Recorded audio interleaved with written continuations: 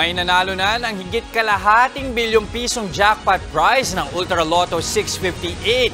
Siguradong happy ang New Year ng kaisa-isang nagwagi ng higit 571 million pesos na jackpot prize. Yan ay matapos niyang matamaan ang winning combination na 19, 35, 25, 42, 58 at 5 sa draw kagabi. Ito na ang pinakamalaking jackpot prize na napanalunan sa Ultra Lotto 658 mula noong June 30, kung saan isang mananaya ang nakapag-uwi ng 366 million pesos. Isa pang maswerteng mananaya ang naging instant milyonaryo kagabi. Nakakuha naman niya ang winning combination sa Mega Lotto 645 na 6, 12, 28, 4, 16 at 17. Mag-isa niyang iuwi ang higit 23 million pesos na jackpot prize.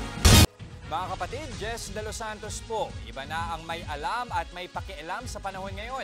Para sa tuloy-tuloy na balitaan sa Frontline kahit weekend, mag-follow at mag-subscribe sa social media pages ng News 5.